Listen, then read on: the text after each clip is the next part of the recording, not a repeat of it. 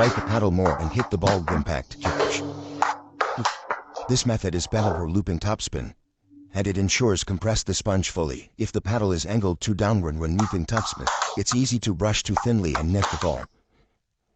A too closed paddle angle reduces contact area, making the shot slippery. Today's lesson focuses on how to adjust our paddle angle when looping, to handle different types of shots, how to balance impact and brushing, to loop more effectively, whether looping topspin or backspin.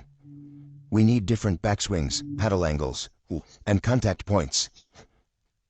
Many may not understand the relationship between impact and brushing. How do we balance impact and brushing? If we brush the ball first, we can't impact it. If we use this paddle angle to loop, it's only brushing, no impact, which is ineffective. Let's use an apple as an example.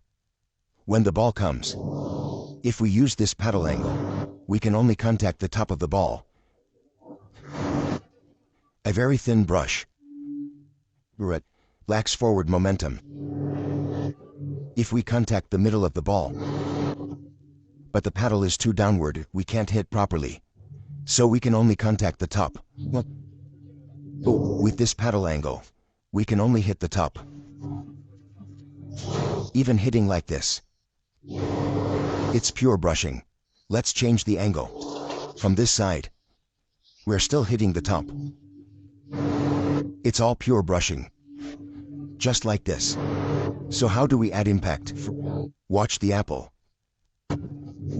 We tilt the paddle and hit from back to front, contacting the middle of the ball. That's impact. This is brushing. Two paddle angles. How do we combine impact and brushing? We need an angled approach, a diagonal angle. A flat paddle at this angle can only brush. A upright paddle, this angle can only impact. We need to combine impact and brushing to produce high-quality loops. Use a diagonal angle impact plus brushing. A diagonal angle for impact and brushing. This angle can also be pure brushing, but pure impact. This angle won't work.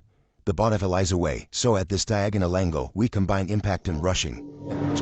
See, when I brush, the ball stays on the rubber surface. Brushing keeps it on the rubber. Using the rubber to brush. Impact. Impact means penetrating the rubber to the blade. That's maximum power. We use the feeling of impact plus brushing. That's how quality loops are made. How to adjust the arc. From here to this angle, see? It's an upward diagonal angle. If we hit flat, how do we create arc? If we hit like this, no arc, no spin. If we hit like this, the arc goes downward, rolling down. Unless we're looping high balls, the only way is this angle. Upward and forward, hitting diagonally upward. Impact plus brushing, creating arc. This angle goes like this, not like this. Same with your backswing. Not like this, unless it's a high ball, nor this paddle angle. There must be an angle to the ball. Impact plus brushing. Impact plus brushing. First, try looping with a downward angle. If I loop like this, the arc won't rise. It goes down. Because the paddle faces the table, the shot goes downward. This angle makes the ball go down, no impact. To impact, I must tilt the paddle. Unless the opponent's loop is very spinny, I'll serve one. I'll counterloop. When the opponent's spin is very strong, this paddle angle counters their spin. For very spinny shots, this angle works. When practicing counterloops, this paddle angle is useful. Use a downward angle and lean forward for stable counterloops. But most shots don't need this angle. Open the paddle for impact. An open angle ensures good impact. The swing angle is about 45 degrees. If it's 90 degrees, that's just a slap. If it's this power only goes for ad arc. The bonfile is high. So how should we loop? Hand below the ball. This blends impact and brushing well. This angle. See? This angle. The ball is here. We don't loop like this. Watch continuous loops. Observe the slow motion.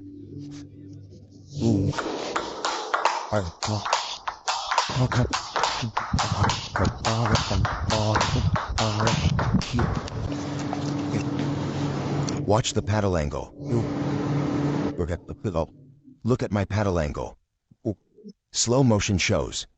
Before contact, the hand is below the ball. Swing from low right to high forward. That creates arc. Hand must be below the ball. My hand is lower. Swing diagonally upward, not sideways. The paddle angles into the ball. Blending impact and brushing for speed and arc.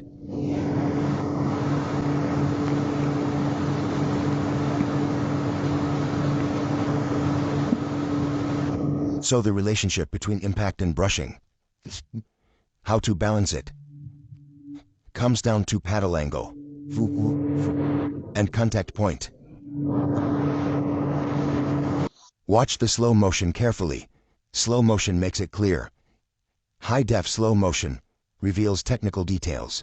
This greatly benefits amateur players.